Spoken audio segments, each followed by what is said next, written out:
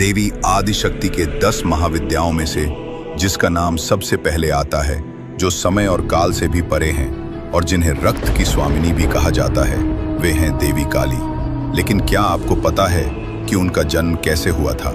क्या केवल देवी काली का एक ही रूप है? देवी काली के कई रूप हैं, जिनमें से 4 प्रमुख माने जाते हैं। तो मित्रों, आप सभी से निवेदन है कि देवी काली के जन्म से जुड़ी इस पावन कथा को पूरा देखें और हमारे चैनल मिथिक सागा को अवश्य सब्सक्राइब करें ताकि आप दिव्य और रहस्यमयी कथाओं को जान सकें। कथा के अनुसार जब महिषासुर नामक एक शक्तिशाली असुर तीनों लोकों में आतंक मचाने लगा और देवताओं को स्वर्ग से निकाल दिया, तब सभी देवता ब्रह्मा, विष्णु और शिव के पास गए। इन तीनों ने अपनी शक्तियों को एक साथ मिलाया और उन शक्तियों से एक दिव्य देवी का जन्म हुआ, जिन्हें दुर्गा कहा गया।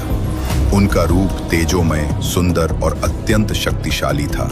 उन्होंने महिषासुर का वध किया और देवताओं को स्वर्ग वापस लौटा दिया। जब देवी दुर्गा ने चंड मुंड के अत्याचार को देखा तो वे क्रोधित हो उठी। उनके भयानक क्रोध से उनके चेहरे का रंग काला हो गया और उसी क्रोध से उनके शरीर से एक विकराल भयानक रूप प्रकट हुआ। वो थी देवी काली। उनका रंग काला था, नंगे शरीर पर नरमुंडों की माला धारण किए थी, रक्त से भरी हुई उनकी आंखें थीं, हाथों में तलवार, त्रिशूल और अन्य शस्त्र सुशोभित थे। ततः क्रोधाच संजज्ञे काली कराल वदना चंडम मुंडम च संहर्तुम कालरात्रि रिवोज्ज्वला। अर्थ, देवी के क्रोध से कराल मुख वाली, कालरात्रि के समान प्रचंड रूप वाली काली का प्रादुर्भाव हुआ, जो चंड और मुंड का वध करने के लिए उत्पन्न हुई। काली युद्ध के मैदान में उतरी। उन्होंने चंड का सिर काट दिया, फिर मुंड का भी वध कर दिया। उनके सिर देवी दुर्गा के चरणों में रख दिए। देवी दुर्गा प्रसन्न होकर बोली, तुमने चंड और मुंड का वध किया है, अतः तुम्हें चामुंडा भी कहा जाएगा। दूसरी कथाओं के अनुसार चंड मुंड के बाद एक और भयानक असुर युद्ध में आया, रक्तबीज। रक्तबीज एक अत्यंत विशेष वरदान प्राप्त असुर था। उसने ब्रह्मा जी से ये वरदान पाया था कि यदि उसकी एक भी बूंद रक्त भूमि पर गिरती है तो उसी रक्त की बूंद से एक नया रक्तबीज उत्पन्न हो जाएगा। इसी कारण उसका नाम रक्तबीज पड़ा, अर्थात रक्त से उत्पन्न होने वाला बीज।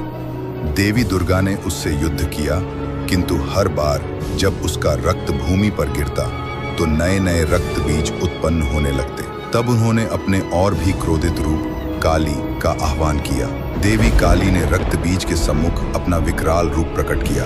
जब भी वे उसे घायल करती तो तुरंत उसका सारा रक्त पी जाती, ताकि उसकी एक भी रक्त बूंद भूमि पर न गिर सके। इस प्रकार रक्त बीज का शेष शरीर भी नष्ट हो गया। इस रूप में काली ने सभी रक्त बीज रूपियों का संहार किया और युद्ध का अंत किया। रक्त बीज का वध करने के बाद भी देवी काली का रूप शांत नहीं हुआ।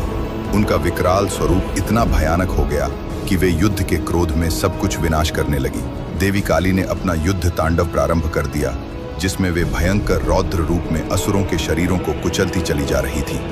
धरती कांप उठी, देवता भयभीत हो गए। तब भगवान शिव ने देखा कि यदि यह क्रम यूं ही चलता रहा तो सृष्टि का नाश हो जाएगा। उन्होंने देवी काली को शांत करने का विचार किया, किंतु किसी भी शब्द या प्रार्थना का उन पर कोई प्रभाव नहीं पड़ा। तब शिव ने स्वयं को देवी काली के मार्ग में लिटा दिया। जब देवी काली अपने तांडव में आगे बढ़ रही थी, तब उनका पैर अचानक शिव के वक्षस्थल पर पड़ गया। जैसे ही उन्हें यह अनुभव हुआ कि उन्होंने अपने पति भगवान शिव पर पांव रख दिया है, उनका क्रोध तुरंत शांत हो गया।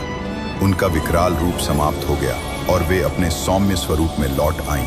इसी घटना को देवी काली के प्रमुख प्रतीकात्मक रूप में दर्शाया जाता है, जहां वे शिव पर खड़ी दिखाई देती हैं। उनकी जीभ बाहर निकली होती है, जो लज्जा और विनम्रता का प्रतीक है, और उनका क्रोध शांत होता हुआ दिखाई देता है। यह दृश्य यह दर्शाता है कि जब क्रोध और शक्ति भी मर्यादा से आगे बढ़ जाएं, तो केवल प्रेम और समर्पण ही उन्हें शांत कर सकते हैं। दोस्तों, देवी काली का केवल एक ही रूप नहीं है, उनके अनेक रूप हैं जो विभिन्न समय पर भिन्न भिन्न शक्तियों का प्रदर्शन करते हैं। दक्षिणा काली, ये उनका सबसे प्रमुख रूप है, जिसमें उनका मुख दक्षिण दिशा की ओर होता है। वे 4 भुजाओं वाली होती हैं और कृपा एवं रक्षा का स्वरूप धारण करती हैं। श्मशान काली, यह रूप श्मशान में विराजमान होता है और तंत्र के साधकों के लिए अत्यंत शक्तिशाली माना जाता है। भद्रकाली, यह देवी का शांत और मंगलकारी रूप है जो समृद्धि और सुरक्षा प्रदान करता है। महाकाली, यह काल से भी परे का रूप है जिसका संबंध समय के नियंत्रण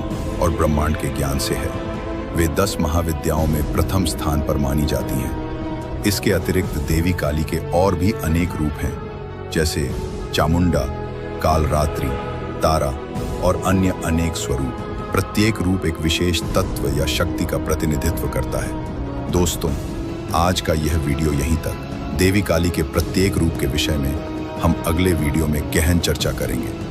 तब तक आप हमारे चैनल को अवश्य सब्सक्राइब करें और इस वीडियो को एक लाइक अवश्य दें। बोलो जय मां काली।